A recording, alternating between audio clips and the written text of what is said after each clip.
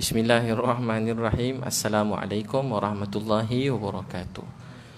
Nahmaduhu wa nasta'inuhu wa nastaghfiruh wa na'udzu billahi min syururi anfusina wa min sayyiati a'malina. May yahdihillahu fala mudhillalah wa may yudlil fala hadiyalah. Wa nashhadu an la ilaha illallah wa nashhadu anna Muhammadan abduhu wa rasuluh. Amma ba'du. Alhamdulillah, tuan-tuan dan puan-puan sekalian, syukur kepada Allah kerana Allah Subhanahu wa taala telah memilih kita untuk duduk dalam majlis ilmu ni. Jadi Allah sayang kita, Allah pilih kita semua duduk sini. Jadi Allah yang sampaikan kita ke sini kerana Allah sayang. Jadi nak sebut nama Allah walaupun sekali,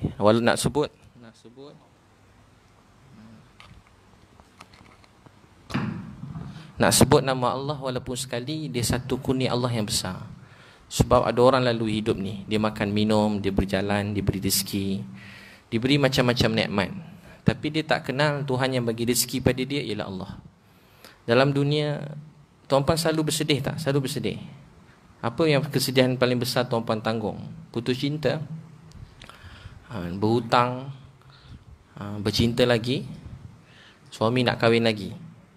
Kan sakit jiwa kan, macam nak mati kan. Yang lelaki pula nak kahwin lagi.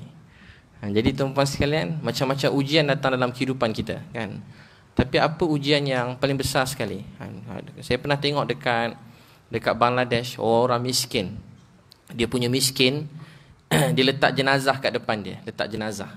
Masa dia letak jenazah kat depan, jenazah disusun ni, lepas tu dia letak tabung. Letak tabung, ada setengah tempat tu.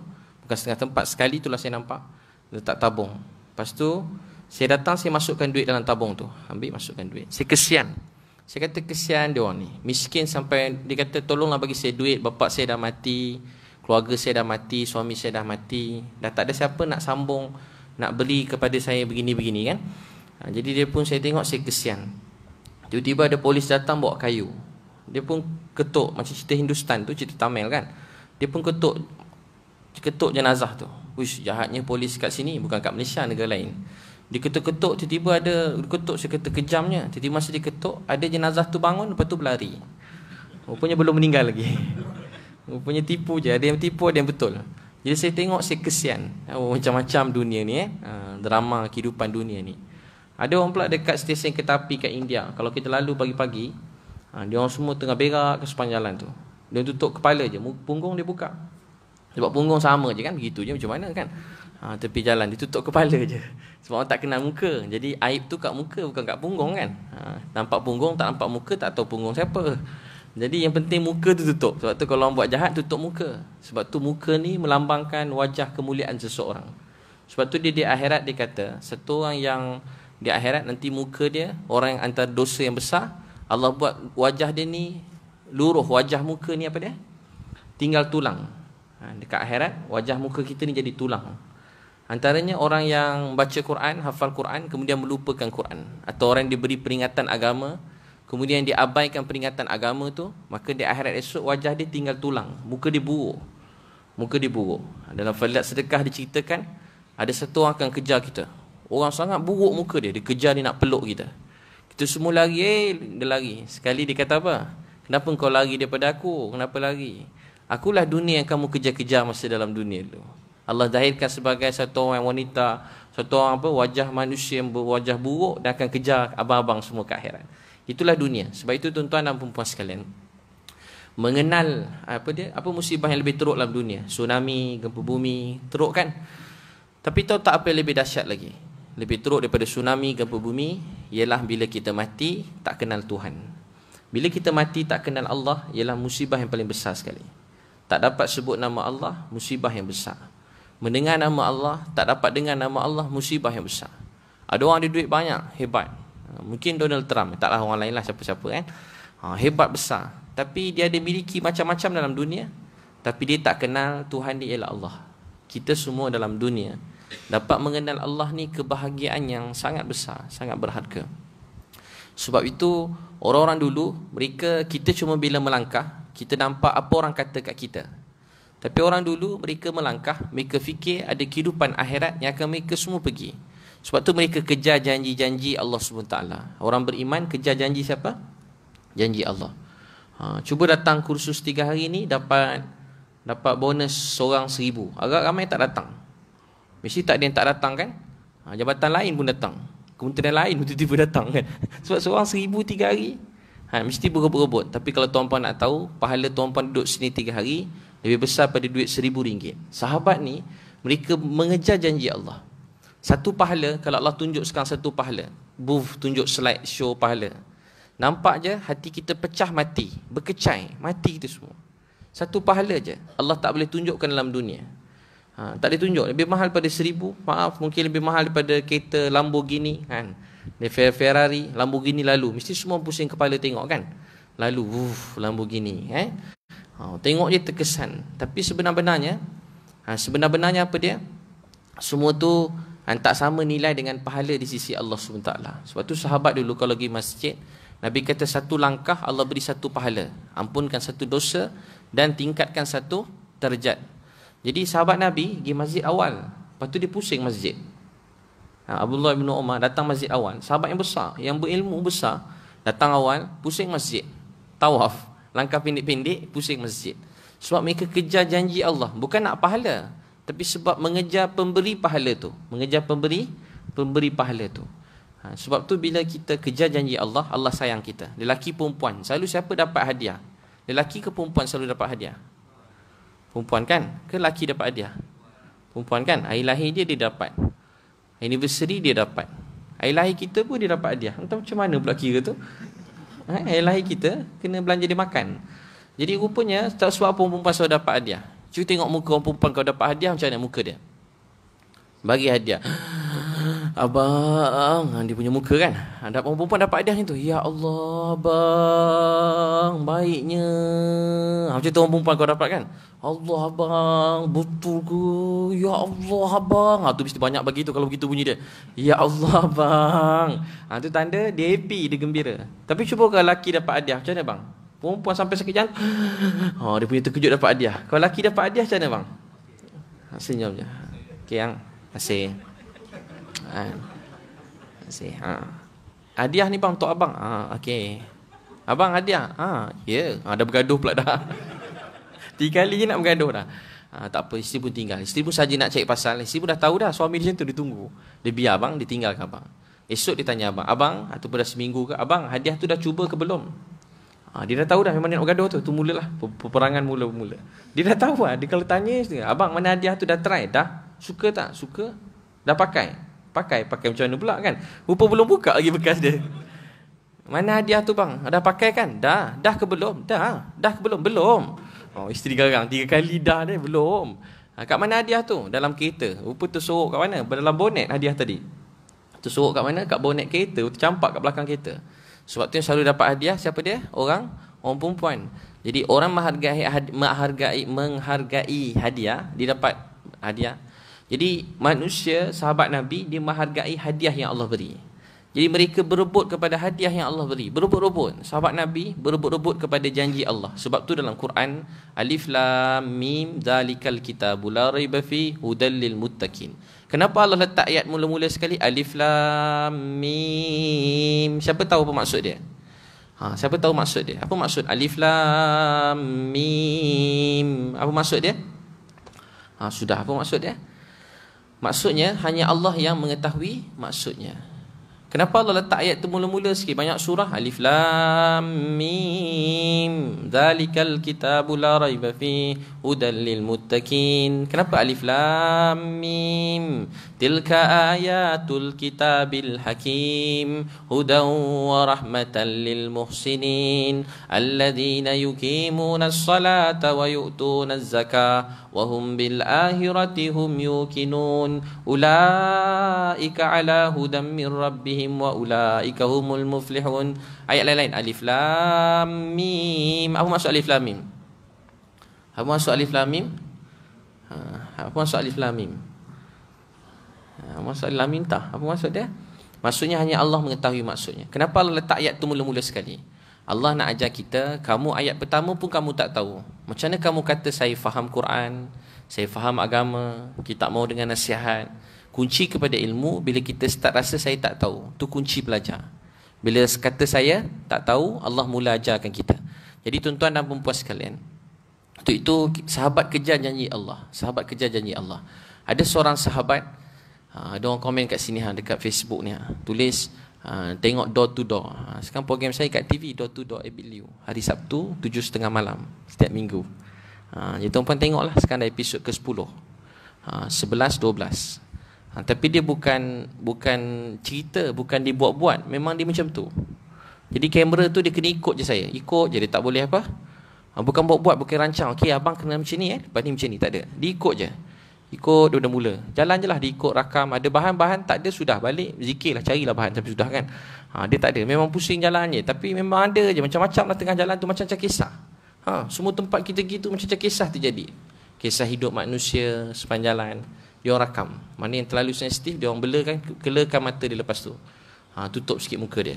Yang mana yang macam budak-budak kecil-kecil yang ni, yang mengandung ke bersalin ke, tutup muka dia. Tepi jalan. Jadi tuan-tuan dan puan-puan sekalian, ada seorang sahabat nama Abu Dahdah radhiyallahu anhu. Siapa nama dia? Abu Dahdah radhiyallahu anhu. Satu masa ada satu orang lelaki jumpa Nabi. Dia kata, ya Rasulullah, saya minta tolong sikit, minta tolong kat Nabi. Kebun saya ni, kebun warisan ayah saya, budak muda. Budak ni, kebun warisan ayah saya ni, saya nak buat pagar. Kalau tak, habis rosak semua sekali. Saya kena buat pagar. Tapi saya nak buat pagar, satu pokok besar, jiran saya punya, besar sangat, saya tak boleh buat pagar kat situ. Pokok tu menghalang, antara tu jauh. Jadi, saya tak boleh nak buat ni. Ya Rasulullah, saya nak beli dengan dia, dia tak nak jual, susah. Dia anak yatim. Maka Nabi SAW panggil jiran dia tu, panggil orang tua tu, panggil jiran tu, panggil dia. Sekali bila panggil tu, tak cakap apa kat dia. Nabi SAW beritahu, nak tak aku beli satu pohon tamar kamu yang besar tu, aku gantikan dengan satu pohon tamar dalam syurga. Kalau tuan-puan nak ke tak nak, Nabi offer. Pohon tamar kamu tu, saya gantikan dengan satu pohon tamar dalam syurga. Maka lelaki tadi kata apa? Dia terus tinggalkan Nabi. Jahat juga orang tu. Masa itulah jahat, tak tahulah sebenar macam mana. Dia tinggalkan Nabi. Dia tinggalkan terus. Tak untung ni, dia tinggalkan Nabi. Perniagaan, dia ada hak, maka dia pergi. Tiba-tiba ada seorang lelaki nampak Nabi sedih, dan budak anak yatim tu sedih. Lelaki ni terus kejar lelaki yang tinggalkan Nabi tadi. Dia pegang tangan orang tu. Dia kata, saudara, kenal tak saya siapa? Saya Abu Dahdah. Saya Abu Dahdah. Ya, Abu Dahdah. Kamu Abu Dahdah? Dia kata, saya. Nak tak kalau saya berurus niaga dengan kamu? Saya nak bincang pasal perniagaan. Maka lelaki tadi terus happy. Sebab yang Abu Dahdah ni terkenal dengan kekayaan dia. Dia ada ladang yang besar dan dia punya banyak pokok. Sekali dia pun pergi beritahu, saya dipandang Nabi, ya Rasulullah, dijerit pada jauh, ya Rasulullah, kalau saya dapatkan pohon tamar ni, pohon tamar tu untuk saya dalam syurga. Dia nak pohon tamar tu, dia buat pohon tamar Nabi tadi. Pohon tamar tu, boleh tak saya dapat juga tak kalau saya tolong beli pokok ni, pokok dalam syurga tu untuk saya. Nabi kata, ya Abu Dahdah, pohon tamar tu dalam syurga untuk kamu. Maka Abu Dahdah kata, saya bagi kamu seluruh kebun saya. Patut offer lah sikit-sikit. Dia punya gairah nak syurga tu, saya beri semua kebun saya. Dalam kebun saya, rumah saya, rumah besar saya semua sekali perigi. Dalam kebun saya ada berapa ratus pokok. Saya bagi pada kamu, saya cuma nak satu pohon tamar kamu. Laki tadi terus terkejut. Biar betul orang ni kan, bagi sikit, sikit-sikit pun tak apa. Dah 10 pokok ke berapa tanah sikit. Dia nak bagi semua, nak beli satu pohon tamar. Laki tadi kata, betul ke aku setuju? Laki tu terus setuju. Dia pandang lagi Nabi kali kedua. Dia tak lepas di tangan laki, tak selesai lagi. Ya Rasulullah, saya nak tanya, pohon tamar tu dalam syurga, sekarang dah ada ke belum? Laki tanya kat Nabi, ya Rasulullah, pohon tamar tu sekarang dah ada dalam syurga? Nabi kata, ya Abu Dahdah, pohon tamar tu dah ada dalam syurga sekarang untuk kamu. Dia tanya lagi, dia pegang, 2-3 kali tanya Nabi, ya Rasulullah, pohon tamar tu dalam syurga untuk saya dah ada. Nabi kata, ya Abu Dahdah, pohon tamar tu telah siap untuk kamu dalam syurga. Abu Dahdah balik rumah dan beritahu keluarga dia, siapkan barang dan kita semua pindah malam ni. Sesungguhnya abang telah jual seluruh tanah kebun harta abang ni untuk dapatkan satu pohon tamar. Isteri terus menjerit, abang dah gila, kenapa abang? Ya Allah Tuhanku, dah kenapa abang kena rasuk ke? Kalau kita macam itulah, abang dah kenapa ni? Dia kata, abang gantikan, jual semua ni, abang beli satu pohon tamar dalam syurga. Kata isteri dia, wahai suamiku, sepanjang saya hidup dengan kamu, saya tak pernah rasa kamu lebih bijak, lebih pandai, lebih hebat daripada hari ini. Kamulah lelaki suami yang baik, yang saleh, saya sayang pada kamu. Apa dia buat? Isteri dia gembira sebab jual semua sekali untuk dapat apa? satu pohon tamar dalam syurga. Tengok sahabat dulu. Mereka kejar janji Allah. Bukan soal janji, siapa yang memberi janji. Ini soal cinta. Siapa yang memberi janji itu? Allah, daripada mulut Nabi SAW. Maka dia kemas-kemas barang, dia pun pergi. Dan dia tinggal rumah yang kecil dan agak buruk rumah dia bila dia pindah. Pengorbanan dia besar. Tiba-tiba masa perang Uhud, Nabi SAW kena serang. Saya ringkaskan, kena serang. Ada 70 sahabat mati syahid. Masa tu orang nak bunuh Nabi. Orang pukul Nabi ni daripada segenap arah sampai Nabi pakai topi besi. Jadi topi ni diterkepit ni semua berdarah ni. Ni semua berdarah. Topi tu hentak Nabi tak berhenti. Nabi tanya, mana jiran-jiran aku dalam syurga? Mana jiran-jiran aku? Sahabat-sahabat datang. Ada 7 sahabat yang mati syahid dalam mempertahankan Nabi. Dia datang pertahankan Nabi. Nabi tanya, mana jiran-jiran aku? Nabi tengah kena pukul teruk ni. Ni semua dah ni topi besi ni tercengkam muka dah terkepit dah. Dan kemudian gigi Nabi SAW semua telah patah. Sahabat-sahabat yang dengar ni semua menangis. Dan beberapa sahabat telah dengar dan dia menangis. Dan masing-masing patahkan gigi mereka. Mereka terlalu sayangkan Nabi. Dia tak boleh nak rasa apa yang Nabi rasa. Sayang kat Nabi. Macam tu sahabat cintakan Nabi SAW. Maka tiba-tiba tengah ni, salah seorang yang datang dalam 7 orang tu, tahu tak siapa dia? Tiba Abadah dah datang. Nampak Nabi. Nampak Nabi. Ya Rasulullah, pohon tamar untuk saya dalam syurga sekarang dah disiapkan. Ya Rasulullah, pohon tamar tu sekarang dah ada. Dia lawan dan dia pertahankan Nabi. Dia jaga Nabi. Dia jatuh dan dia mati syahid. Orang dulu dia kejar janji Allah ni dengan nyawa dia. Dia sayang agama ni lebih pada sayang nyawa dia sendiri. Dia berjuang untuk Islam ni lebih pada nyawa dia sendiri. Itu yang kita telah hilang nikmat tu. Kita tahu nikmat makan. Saya lah kuat makan sekali. Kita tahu nikmat kereta, nikmat rumah, nikmat isteri, suami, nikmat pakaian cantik, nikmat dunia ini, hotel yang mewah, yang indah. Kita tahu nikmat melancong, duduk dalam laut, dekat udara, terapung kat bulan, laut biru, putih. Kita tahu semua nikmat. Tapi kita telah terlupa yang sebenarnya kita memiliki nikmat yang paling besar sekali. Apa nikmat tu? Itulah nikmat Islam. Itulah nikmat Islam. Tuan-puan tahu tak apa yang tuan-puan miliki ni lebih berharga daripada segala-galanya. Orang yang paling miskin dalam dunia. Saya jumpa orang yang paling miskin dalam dunia. Saya selalu beritahu daripada orang miskin-miskin. Tuan-puan esok kalau jumpa orang miskin-miskin, kadang dia putus asa.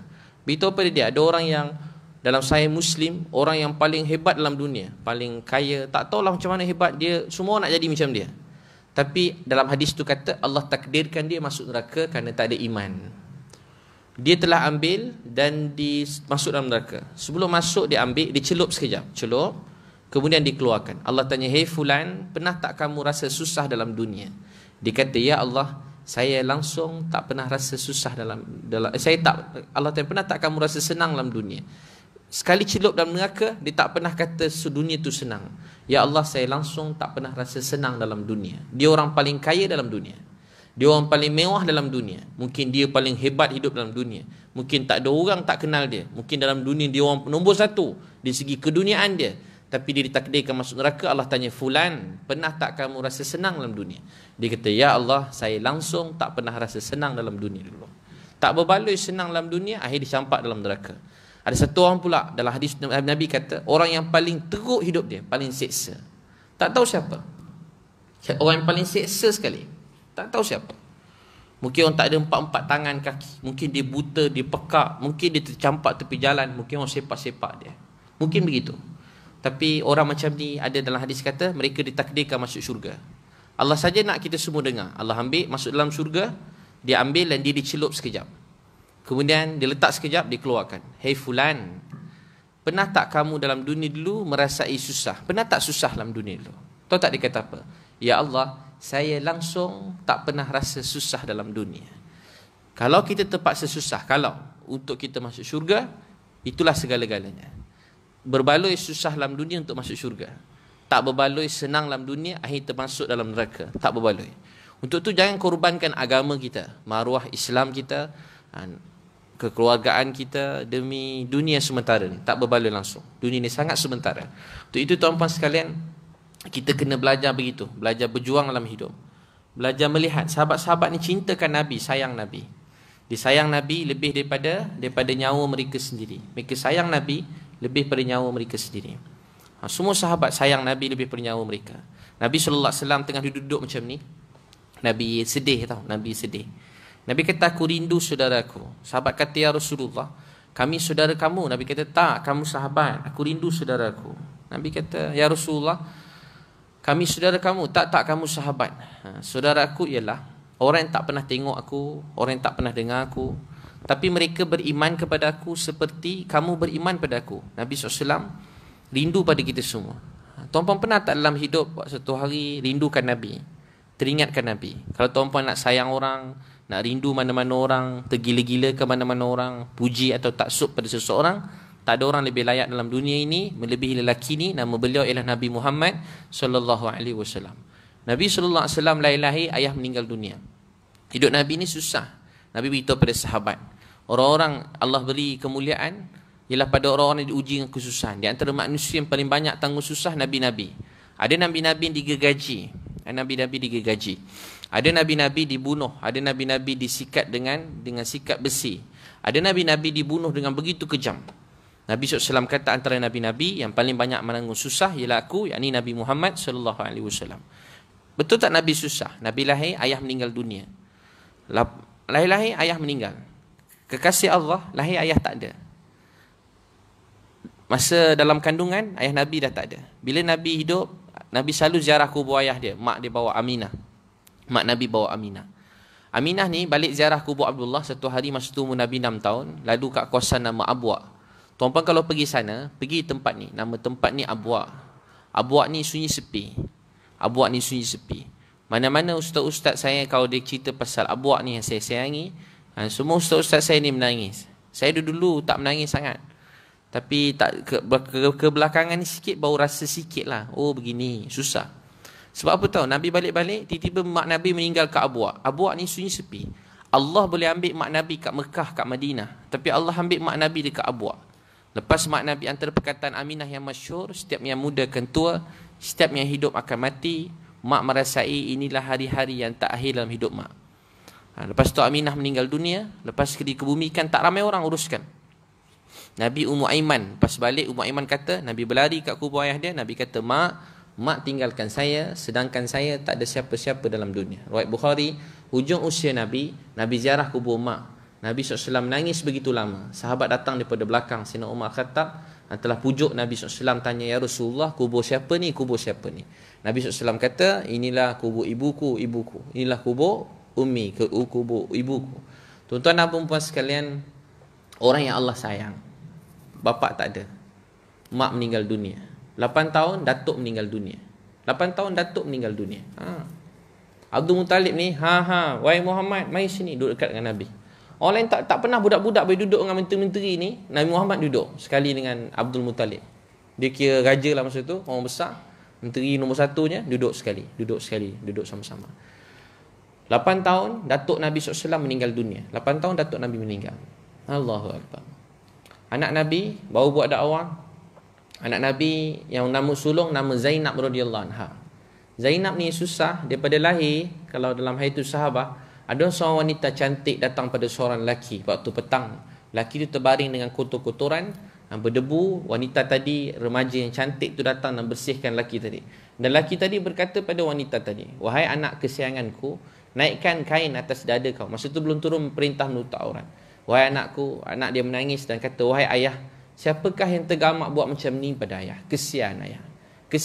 Siapa yang tergamak buat macam ni pada ayah? Lelaki tadi kata, wahai anakku, tak ada apa-apa, sikit je. Tahu tak siapa lelaki tadi? Itulah Rasulullah sallallahu alaihi wasallam. Dan wanita yang datang setiap petang bawa kain tadi, nama dia Zainab radhiyallahu anha. Nama ni patut menjadi sebutan dan bagi setiap anak-anak kita. Sekarang anak-anak kita tak kenal Zainab radhiyallahu anha. Anak-anak saya, anak kita tak kenal Zainab. Tak tahu siapa Zainab. Apa susah payah dia untuk agama ini. Zainab radhiyallahu anha jaga Nabi masa kita semua tak ada kat sana. Akhirnya Zainab ni dia kena, daripada kecil dia susah. Suatu hari dia balik lepas perang, masa perang Badar, dia bekas suami dia. Masa tu mula-mula dulu boleh kahwin, yang ni semua boleh kahwin. Zainab kahwin dengan satu orang dan lepas tu dia bercerai, dia bukan Islam. Maka waktu tu Zainab nak tebus bekas suami dia. Dia bawa satu rantai tu milik Khadijah radhiyallahu anha. Itulah harta terakhir Khadijah radhiyallahu anha. Khadijah ni Nabi sayang, tengok je rantai tu. Terus Nabi nangis, semua para sahabat dekat tu semua nangis. Tengok satu rantai, semua menangis. Tahu tak sebab apa? Itulah harta milik Khadijah radhiyallahu anha. Nabi bebaskan suami Zainab, kemudian saya ringkaskan, dia dibebaskan begitu saja. Masa dia nak hantar bekas suami dia, ada orang kata tu anak Nabi Muhammad, dia telah dikejar, perambat ramai-ramai. Seorang pun boleh sakitkan dia, tapi ramai-ramai serang Zainab. Zainab cuba lari, dan masa tu dia mengandung, dia telah ditombak. Dan dia jatuh daripada unta. Dia ditombak, jatuh daripada unta, dan dia keguguran. Masa jenazah Zainab sampai depan Nabi, Nabi SAW menangis. Nabi kebumikan, Nabi kata, ya Allah, ampunkan dosa Zainab radhiyallahu anha. Semua sahabat menangis. Apalah dosa anak Nabi yang daripada kecil jaga dan berjuang untuk Nabi sallallahu alaihi wasallam. Jadi ni nama-nama anak Nabi patut kita kenal, yang mana telah berjuang bersusah payah untuk kita semua. Tuan-tuan dan puan-puan yang saya sayangi sekalian, untuk itu kita kena kenal anak-anak Nabi, sayang Nabi, dan lihat perjuangan mereka. Lihat perjuangan mereka, susah payah mereka untuk agama. Masa saya lihat pengorbanan mereka, susah payah mereka. Sebab tu kita semua dapat Islam. Kalau orang dulu tak berjuang untuk Islam ni, kita semua tak dapat Islam. Hari-hari orang datang pada Islam, hari-hari orang datang pada Islam. Tak berhenti orang nak belajar Islam. Untuk tu kita kena berjuang untuk agama ni sungguh-sungguh. Dengan diri, harta, nyawa kita sendiri, kita hidupkan Islam ni. Boleh semua sekali ada seorang sahabat, Tuan-Puan Larat lagi dengar ke rasa macam nak meninggal? Siapa dah meninggal dah? Belum lagi. Bagus KBS, semua dengar khusyuk ceramah, menangis-nangis semua sekali. Tak ada yang tidur lena. Bagus dengar khusyuk, tak ada yang main handphone. Kalau besok ni semua rakam semua sekali. Ya Allah, cemerlang. Apa tadi dah lupa dah. Sebab cemerlang ni sangat, tuan-puan dah tak tahu apa nak cakap dah. Hilang dah. Jadi tuan-tuan dan puan-puan sekalian, ada seorang sahabat, nama dia entah hilang nama dia. Anas bin Nadar radhiyallahu anhu. Dia kata, ya Rasulullah, saya nak tunjuk pada Allah apa yang saya akan buat untuk agama ni. Saya nak tunjuk pada Allah apa saya akan buat untuk agama. Dia tak pergi perang Badar, dia sedih. Jumpa Nabi, dia nangis. Masa perang Uhud, musuh datang berbelakang. Islam tersebar dengan dakwah kasih sayang. Perang ni jalannya paling akhir. Ambil semangat jihad mereka dalam kita membantu masyarakat, dalam kita mencari rezeki yang halal, jauhi rezeki yang haram, jauhi perkara yang haram. Kita ambil semangat-semangat perjuangan orang dulu. Tuan-puan jangan terpengaruh, jangan cerita-cerita perang ni tak bagus. Ada orang cakap kat saya, tak bagus cerita, nanti orang nak berperang. Tak, jangan terpengaruh. Tengok anak-anak kita, dia tak kenal sahabat. Dia kenal siapa? Dia kenal Ultraman, Transformers, Avenger, Thor, apa lagi? Batman, Superman. Bukan anak, bapa-bapa pun kenal. Ni tanya mak, semua kenal lah. Bapa ni semua kenal kan, Avenger. Belum habis cerita yang barunya. Tak habis lagi kan. Tengok Avenger, tengok Captain America kan. Tengok apa lagi, Incredible Hulk kan. Warna hijau orang. Budak-budak kita semua suka. Sebab tu cerita lawan-lawan semua suka. Anak kecil-kecil suka. Sekarang cerita apa? Cerita Pipin lagi, apa satu yang gaduh-gaduh sikit apa? Boy kan. Semua tahu bapak ni. Sekarang lagi lepas Boy apa pula? Ejen Ali. Tengok semua bapak tahu. Anak tak Boy, Ejen Ali. Tak Pipin. Anak perempuan ada sikit cerita. Tu dah tahu tak sebab budak-budak suka cerita macam tu. Memang Allah buat fitrah budak muda ni memang macam tu. Dia kira memang dia nak berjuang je. Tapi sekarang kita orang putih kata orang Islam teroris. Jadi dia buat cerita dia lagi teruk. Satu dunia meletup. Habis hari-hari ke bumi dunia terbelah 8 dunia ni. Malaysia tak tahu kat mana masa tu. Terbelah semua sekali. Dia orang selamatkan dunia. Cerita sahabat tak adalah sampai terbelah dunia semua sekali, terbelah bumi semua sekali. Cerita-cerita, tapi cerita sahabat ni patut kita cerita pada anak kita. Biar anak-anak kita kenal sahabat, mereka cinta dan sayang pada sahabat. Boleh insya-Allah tuan-puan cinta sayang pada sahabat, kasih pada sahabat.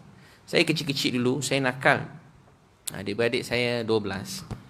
Satu hari tu kat rumah saya, bapak saya, mak saya sayang dia orang. Baik semua sekali. Tapi itulah keluarga saya dulu kan, belum betul-betul kenal Tuhan, tak kenal Allah.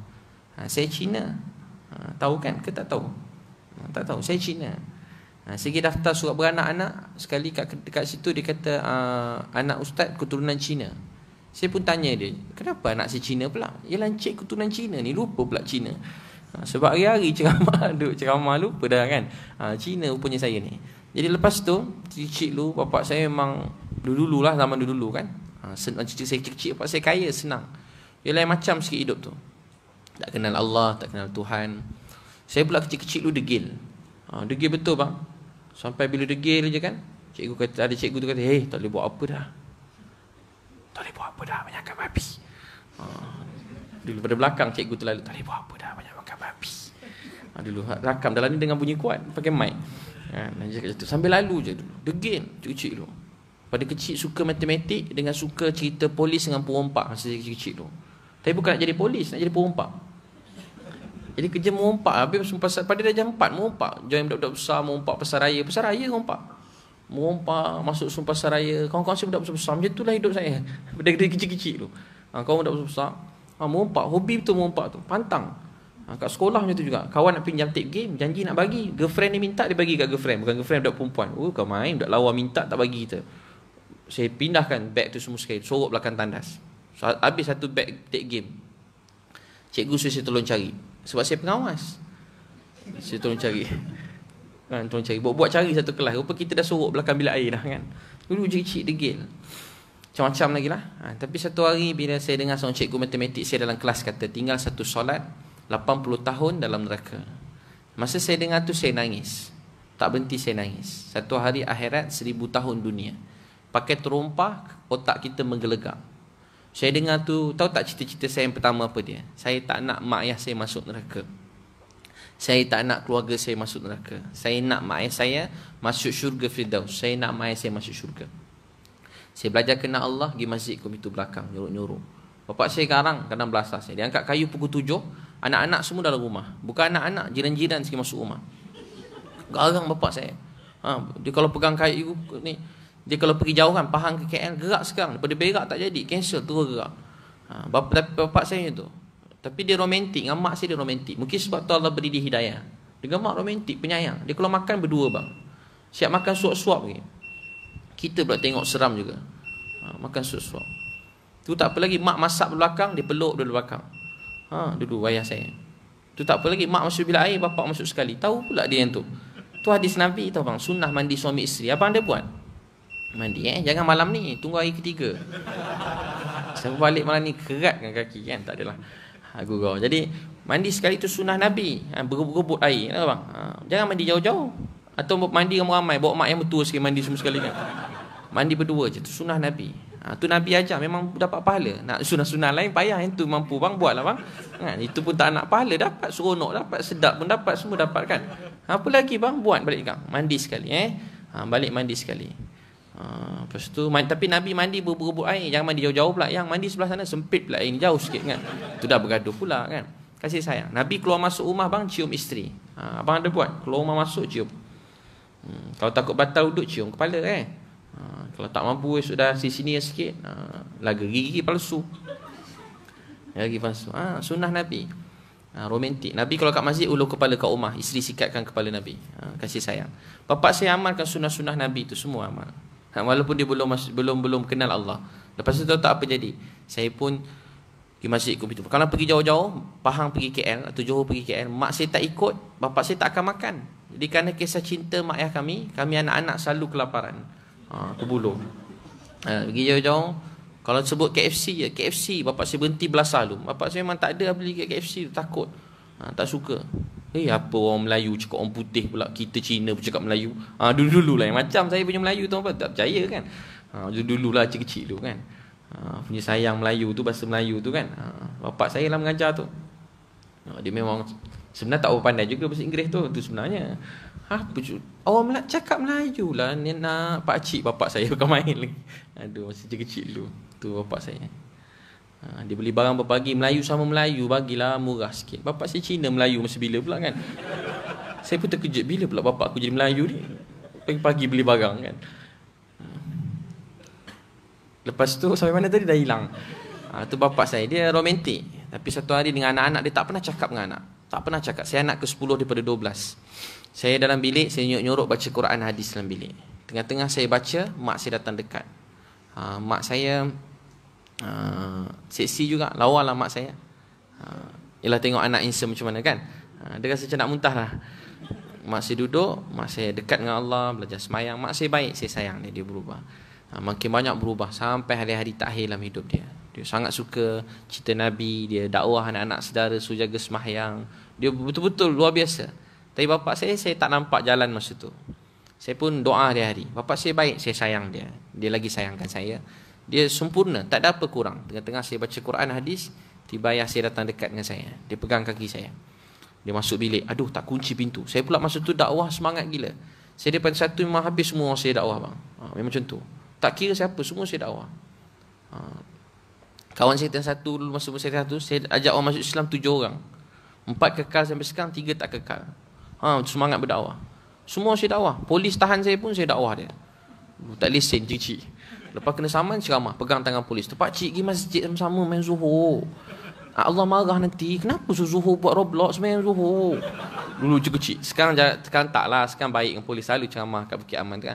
Jadi pegang masa tu. Pak cik sampai last sekali bila saya lalu, dia tak tahan lah saya. Biarlah budak ni jalan je kan. Sebab kalau berhenti memang saya pegang tangan 2-3 orang saya pegang. Saya macam tu. Budak tengah lumba motor tahan. Budak geng besar-besar ni tahan motor. Berhenti. Allah yang jadikan kita. Budak tengah angkat tayar, tunggulah turun dulu tayar dia kan. Tengah wili-wili semua semua tembok jalan semua singgah. Kedai-kedai semua singgah. Lepas beli barang ceramah kawan jual kedai tu. Pak cik, Allah jadikan kita jaga solat pak cik kat masjid. Zaman Nabi laki semai kat masjid dulu-dulu. Habis semua ceramah kat kampung tu. Satu kampung kenal. Sampai orang tak nak buka pintu kalau saya datang. Jumpa anak kunci pintu, takut. Yang bukan Islam lagi lah. Memang semua tak kira. Habis semua saya dakwahkan. Sedara ke apa semua situ habis semua sekali. Semua saya ceramah. Nak ceramah. Cikgu sains, ada seorang cikgu sains tu. Saya pegang kaki dia. Cikgu tolong mengucap. Saya sayang kat cikgu. Tak nak cikgu masuk neraka. Terkejut cikgu Cina tu, lari dia.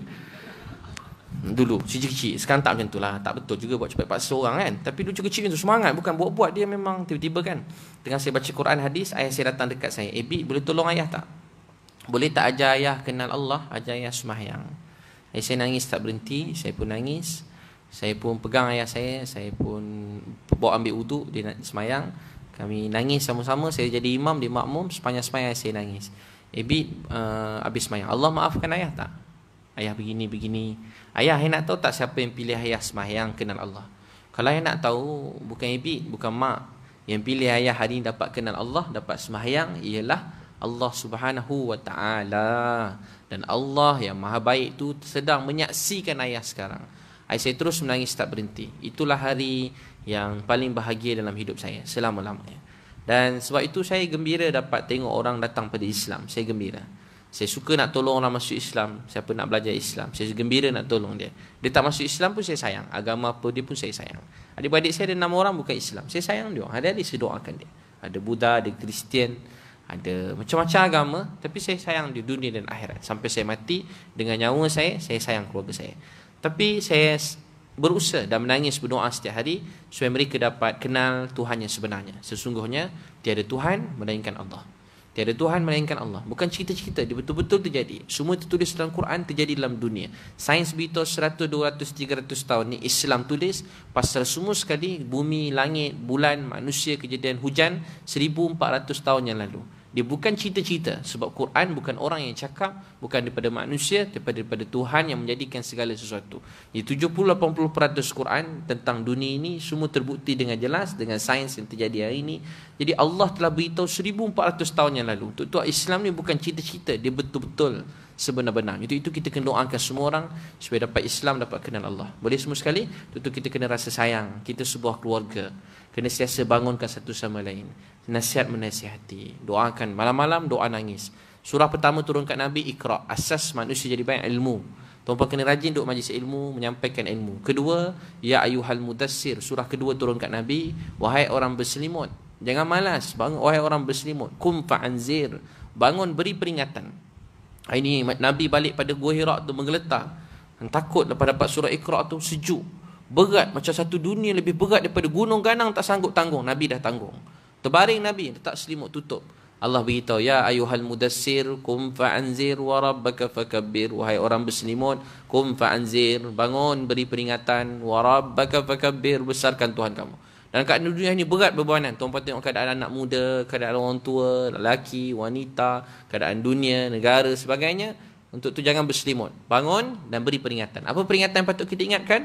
Wa rabbaka fakabbir. Besarkan Tuhan kamu. Bila hati manusia ada kebesaran Allah, dia tak menipu. Bila manusia ada kebesaran Allah, dia tak beri rasuah, tak makan rasuah. Orang yang ada kebesaran Allah, dia tak fitnah orang, tak mengumpat orang. Orang yang ada kebesaran Allah, dia tak hina mana-mana manusia. Orang yang ada kebesaran Allah, dia tidak jatuhkan mana-mana orang. Orang yang ada kebesaran Allah, dia tak berebut dunia. Orang yang ada kebesaran Allah, dia tak putus kehubungan dengan mak ayah, adik-beradik, silaturahim. Orang yang ada kebesaran Allah, dia akan jadi jujur, amanah dalam hidup dia. Surah ketiga turun pada Nabi, ya ayyuhal muzammil qumil laila illa qalila. Allah perintahkan kita semua bangun malam. Wahai orang berselimut, qumil laila illa qalila. Wahai orang berselimut, qumil laila, bangun waktu malam, illa qalila, melainkan sedikit. Malam nangis, doa. Ya Allah, saya sayang manusia, saya doa. Ya Allah beri hidayah. Malam-malam nangis pada Allah. Itu bagi masa sebelum subuh, bangun awal sikit sembahyang tahajud. Hari-hari. Jaga solat fardu subuh kat masjid. Siapa niat nak jaga solat fardu 5 waktu, angkat tangan, berjumaah. Masya Allah. Jangan tinggal sembahyang Jumaat ada abang kakak semua. Betul. Hidup kita berubah. Sekarang saya boleh beritahu siapa bahagia, siapa tak bahagia. Siapa berjaya dalam hidup, siapa tak berjaya. Sekarang saya boleh beritahu. Tahu tak siapa? Orang yang jaga solat awal waktu berjemaah. Bila lagi bang, kita pun dah makin tua dah. Bukan hidup lama sangat, sikit lagi. Tak berbaki hari tinggal. Bila lagi nak sembahyang kat masjid? Sembahyang kat masjid. 5 waktu sembahyang kat masjid. Saya sekali ada masalah, terpaksa, tu lain cerita. Tapi 5 waktu niat kat masjid, boleh? Siapa sembahyang subuh berjemaah, Allah kata ni orang aku jaga dia. Siapa nak jadi orang Allah, angkat tangan, nak jadi orang Allah. Siapa nak jadi orang Allah, sembahyang subuh berjemaah, lelaki. Wanita kalau tak sesuai atau tak ada kemampuan ni, sembahyang subuh awal waktu kat rumah pun boleh. Sembahyang subuh berjemaah kat masjid. Nabi sebut siapa sembahyang subuh berjemaah, ni orang aku jaga dia. Dia jaga sembahyang. Jaga sembahyang, jaga hubungan dengan Allah SWT. Seluruh dunia ni, 7 petala langit, 7 petala bumi ada dalam solat. Bila kita solat, kita bercakap dengan Allah. Siapa dia Allah? Malaysia ni siapa punya? Siapa punya Malaysia ni? Allah punya. Amerika siapa punya? China siapa punya? Indonesia siapa punya? Ada 18,000 pulau ke Indonesia, siapa punya? Singapura siapa punya? Bumi siapa punya? Langit siapa punya? Hutan-hutan, lautan siapa punya? Bulan, matahari, bintang siapa punya? Siang siapa punya? Malam siapa punya? Kita siapa punya? Lidah kita siapa punya? Tangan saya siapa punya? Jantung saya siapa punya? Kaki kita siapa punya? Kereta kita siapa punya? Rumah kita siapa punya? Anak isteri kita siapa punya? Semua sekali siapa punya? Allah yang punya. Tentu kalau kita solat, kita sedang bercakap dengan Allah. Riwayat Bukhari, bila tuan-puan solat, Bismillahirrahmanirrahim. Allah kata dengan nama Allah Maha Pemurah, Maha Penyayang. Ya Allah, terima kasih sayang saya. Hamba aku sedang memuji aku, membesarkan aku. Alhamdulillahi Rabbil Alamin. Segala puji bagi Allah Tuhan sekalian. Allah kata hamba aku sedang memuji aku. Allah jawab setiap ucapan kita tu ada jawapan dia. Rupanya lepas baca Fatihah setiap ayat kita sedang bercakap dengan Allah. Bila kita solat, kita sedang cakap dengan Allah. Siapa dia Allah? Mempunyai semua sekali. Seluruh raja-raja dalam genggaman ni. Betul ke tak? Ada orang kata kalau banyak duit lambat sikit mati. Betul? Orang kata, macam ya juga kan. Macam boleh jumpa doktor pakar, lambat sikit mati. Itu usaha tak salah. Tapi saya nak beritahu tuan-puan sekalian, mati takkan tercepat sesaat, takkan terlambat, walaupun sesaat. Ayat Quran takkan salah. Tak tercepat sesaat, tak terlambat sesaat. Apa bukti dia? Orang paling kaya Fir'aun dah mati. Orang paling kaya Nabi Sulaiman pun dah meninggal dunia. Yang kaya siapa? Semua orang kaya-kaya dalam dunia, semua dah tak ada dah. Raja-raja dulu. Mana atuk nenek kita sayang? Tak ada. Mana mak ayah kita? Pun dah banyak yang tak ada. Satu hari nanti kita akan tinggalkan dunia ni. Kita akan mati berjumpa dengan Allah. Hidup ni bukan gamble, life diperjudikan. Tuhan terima, tak terima, tak apa. Tak. Kita kena berusaha sehingga Allah terima kita. Allah kata dalam Quran, jangan kau mati. Allah kata, jangan pernah kau mati. Jangan kau mati. Melainkan mati sebagai orang Islam. Allah beritahu, perintah kepada kita. Perintah supaya kita berusaha kuat. Jangan perjudikan hidup ni. Kita kena mati sebagai apa? Orang Islam. Islam. Untuk itu tuan-puan sekalian, kita niat insya-Allah jaga solat, jaga agama, jaga sembahyang jemaah 5 waktu. Jadi anak-anak solat, cakap kebaikan. Mudah-mudahan Allah SWT terima. Baik. Kita doa sikit. Bismillahirrahmanirrahim. Ya awwalal awwalin wa ya akhiral akhirin.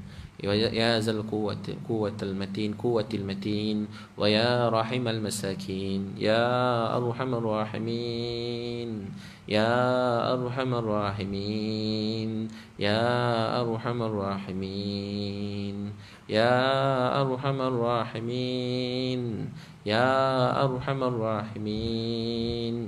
Ya Allah, Tuhan kami yang sangat sayang kami.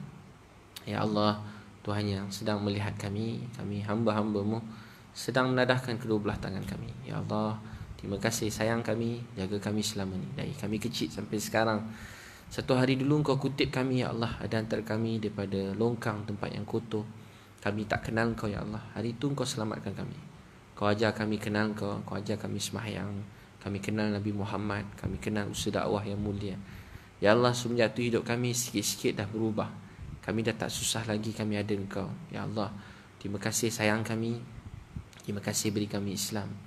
Kami tak tahu macam mana kami nak ucapkan. Kami tak tahu apa perkataan yang patut kami pilih, bagaimana kami nak ungkapkan. Tapi kami sangat berterima kasih sebab Engkau beri kami Islam. Ya Allah, terima kasih beri kami Islam dan keadaan kelalaian kami. Terima kasih beri mak ayah kami Islam. Ya Allah, terima kasih beri keluarga kami Islam. Ya Allah, terima kasih beri kami semua Islam. Ya Allah, terima kasih sayang kami, jaga kami Islam ini. Ya Allah yang maha baik, maha penyayang. Ada 7 bilion manusia dalam dunia, 5 bilion orang belum Islam. Bila hidayah mereka dapat kenal Kau, mereka sumbai baik ya Allah. Kami, akhlak kami tak macam Nabi, sifat kami tak macam Nabi. Orang tak dapat nak faham Islam ini. Kami minta maaf, minta ampun ya Allah. Ya Allah, kami minta maaf, minta ampun. Ya Allah, kami minta maaf, kami minta ampun. Kami sungguh-sungguh minta maaf, minta ampun.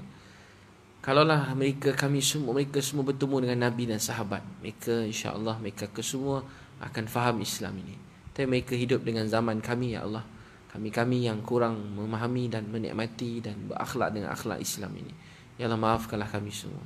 Ahli keluarga kami yang kami sayangi, yang belum dapat kenal Kau, berilah dapat kenal Kau. Mereka semua baik-baik, kami sayang mereka. Kami percaya ya Allah, hati manusia dan genggaman Kau, Kau boleh balik-balikkan hati manusia dengan keajaiban-Mu, kebesaran, ketinggian-Mu, kekuatan, kebesaran-Mu ya Allah. Kau berilah hidayah pada orang-orang yang kami sayang dalam hidup kami. Ya Allah, kami tak lebih hidayah pada orang yang kami sayang.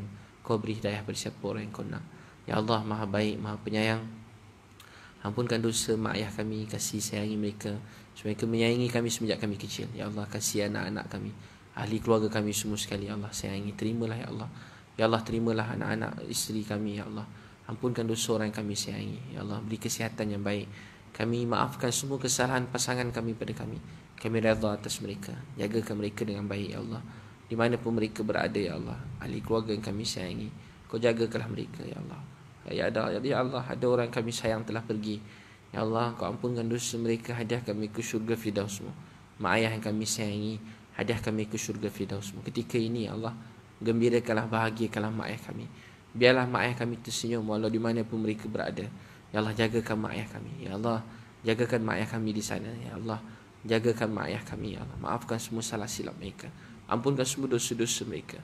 Ringankan hisab mereka. Ampunkan dosa mak ayah kami. Ya Allah, kalau ni hari-hari terakhir kami dalam hidup, baki-baki hidup kami, kalau kami pergi dulu daripada dunia ini, kami cuma nak Kau maafkan kami, jangan marah pada kami. Ya Allah, peliharalah orang-orang yang kami tinggalkan, istiqamah, istikhlas atas Islam ini. Ya Allah, terima kami semua, berkati sepanjang 3 hari kami di sini. Jadikan 3 hari ini asbab kebaikan hidayah buat kami semua. Ya Allah, jadikan 3 hari ini buat kami makin dekat pada Engkau. Jadikan 3 hari ini buat kami makin sayang keluarga kami. Jadikan 3 hari ini ya Allah, buat kami jadi langkah pertama dalam hidup kami dapat jaga sembahyang Jumaat. Langkah pertama untuk kami menjadi seseorang dalam hidup. Ya Allah, telah banyak masa berlalu yang telah kami sia-siakan. Kami minta maaf, minta ampun. Ya Allah, kami tahu Kau tengok kami. Kau tak pernah tinggalkan kami dari dulu sampai sekarang. Kau dengar doa kami. Kau layan kami dalam dunia macam raja, macam permaisuri. Bangun pagi ada matahari, waktu malam Kau gelapkan dunia untuk kami berehat.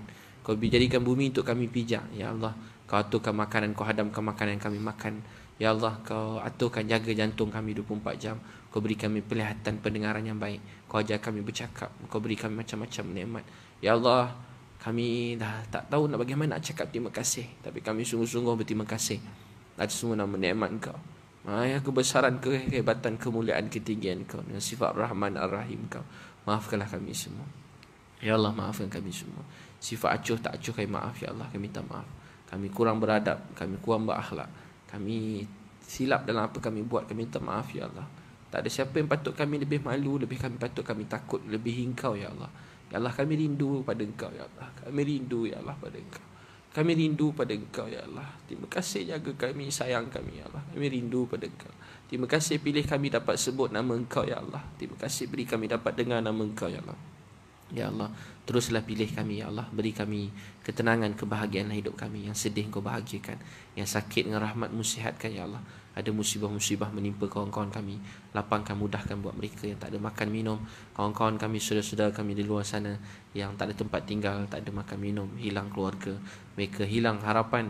Kau berilah mereka kekuatan ya Allah, untuk mereka semakin kuat dalam hidup, semakin menjadi manusia yang bergantung pada Engkau ya Allah. Beri kami, jadikan kami asbab hidayah, dapat beri semangat pada semua kawan-kawan kami, pada anak-anak kecil di tepi jalan, pada orang-orang yang hancur hidup mereka, musnah. Beri, gunakanlah kami untuk kebaikan ummah ini ya Allah. Sallallahu alaihi wasallam. Alhamdulillah. Terima kasih semua sekali.